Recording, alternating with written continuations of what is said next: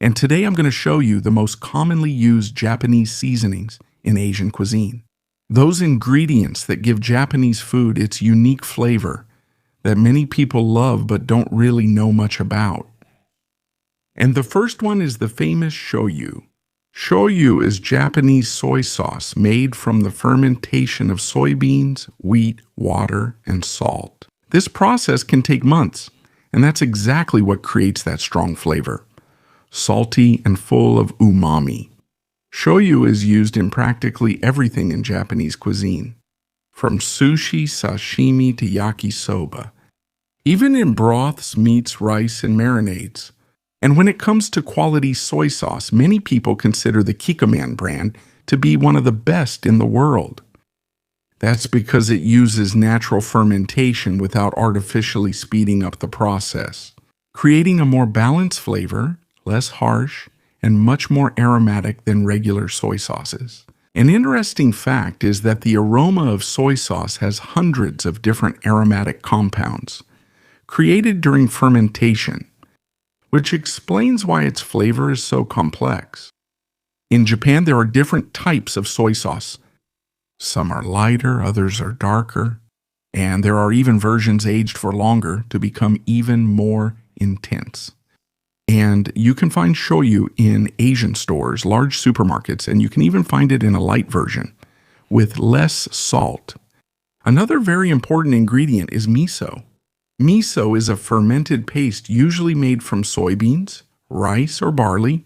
It has a creamy texture and a deep, slightly salty flavor. There are lighter and milder misos, and others that are darker and stronger. The difference in color happens mainly because of the fermentation time. The longer it ferments, the darker and more intense it becomes. Lighter misos usually have less salt and a more delicate flavor, while the darker ones tend to be saltier and stronger.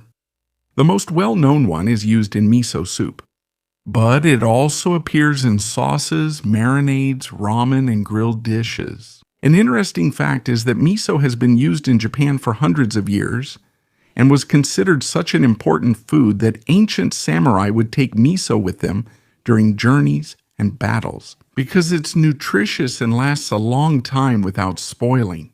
And you can find miso in almost every Asian store and supermarket. And you'll find it in two forms. In the red container, which is aka miso, it's darker and saltier. And in the blue container, which is shiro miso, it's lighter and less salty. And now let's talk about powdered fish dashi, which I use a lot in my recipes. Dashi is the base broth of Japanese cuisine, almost like the heart of Japanese dishes. The powdered version is practical and quick, usually made with dried fish, seaweed, and other concentrated ingredients. It adds a deep flavor known as umami. Dashi is used in soups, ramen, udon, sauces, stews, and various everyday dishes in Japan. Many people find it curious that several seemingly simple Japanese dishes turn out to be incredibly tasty, precisely because of dashi. Even in small amounts, it completely changes the flavor of the food without leaving a strong fish taste. And there are several brands of powdered fish dashi. And one of them is Dashi, which is one of the best-selling powdered fish dashi here in Brazil. And another very good and cheaper brand is Dashi Dashinomoto. So don't get confused. Dashi and Dashi Dashinomoto are brands of powdered fish dashi. And they are sold in small portions or 1 kg packages. And I recommend buying the 1 kg package, which is more cost-effective. The value for money is much better. And speaking of that, there's a very important ingredient in dashi called Katsuobushi. Katsuobushi is dried, fermented, and smoked bonito fish until it becomes extremely hard. Then it's shaved into very thin flakes. These flakes are used to make broths and also as a topping for dishes. When placed on hot food, they even look like they're dancing because of the steam. Katsuobushi is so hard that many people consider it one of the hardest foods in the world. because it goes through a long process of drying and fermentation until it loses almost all of its moisture. In the past, whole pieces of katsuobushi had to be scraped manually with tools that looked like small wooden graters. And this is still done in some traditional Japanese restaurants, and you can usually find katsuobushi in Asian stores. And now mirin, which is another essential ingredient. It's a type of sweet rice wine used in cooking. Mirin is used to bring shine, balance, and a light sweetness to the dish. It's widely used in tare sauce, teriyaki, meats, fish, and stews. Besides the flavor, it also helps make the food look more appealing. An interesting fact is that mirin helps give that beautiful shine to Japanese sauces and grilled meats, which many people notice in Asian restaurants. Mirin is a type of sake, but with a much lower alcohol content. Nowadays, you can find mirin in Asian stores and large supermarkets. Dry cooking sake, on the other hand, is different from mirin because it isn't sweet. It's a rice wine used for cooking, and it helps remove strong odors from meat and fish, as well as making the flavors more balanced. It's widely used in marinades, stir-fries, sauces, and simmered dishes. In Japan, cooks have been using cooking sake for centuries because it helps tenderize meat and enhance flavors without leaving a strong alcoholic taste after cooking. And if you like fish, you always have cooking sake in your kitchen. And now rice vinegar, which is milder than regular vinegar. It has a light and slightly sweet flavor. It's the ingredient used to season sushi rice, but it also shows up in salads, pickles, and Japanese sauces. It helps add freshness without making the flavor too strong. An interesting fact is that the perfect balance of sushi rice depends a lot on rice vinegar, because it helps the rice become shiny, flavorful, and have the right texture. Both the dry cooking sake and rice vinegar can be found in Asian stores and large supermarkets. And now, sesame oil. It has a very strong and distinctive aroma. It's made from toasted sesame seeds and is usually used in small amounts because the flavor is quite intense. And for those who follow me, you can see that I only use a drizzle or at most a teaspoon in my recipes. So, if you buy a small jar of toasted sesame oil, it will last a long time in your kitchen. And it's widely used in Korean, Chinese, and Japanese dishes, especially in salads, ramen, meats, vegetables, and sauces. But there's also untoasted sesame oil, which is light in color, almost odorless, and has a very mild flavor. This version is widely used in salads, light sauces, and dishes, where you don't want the strong flavor of toasted sesame.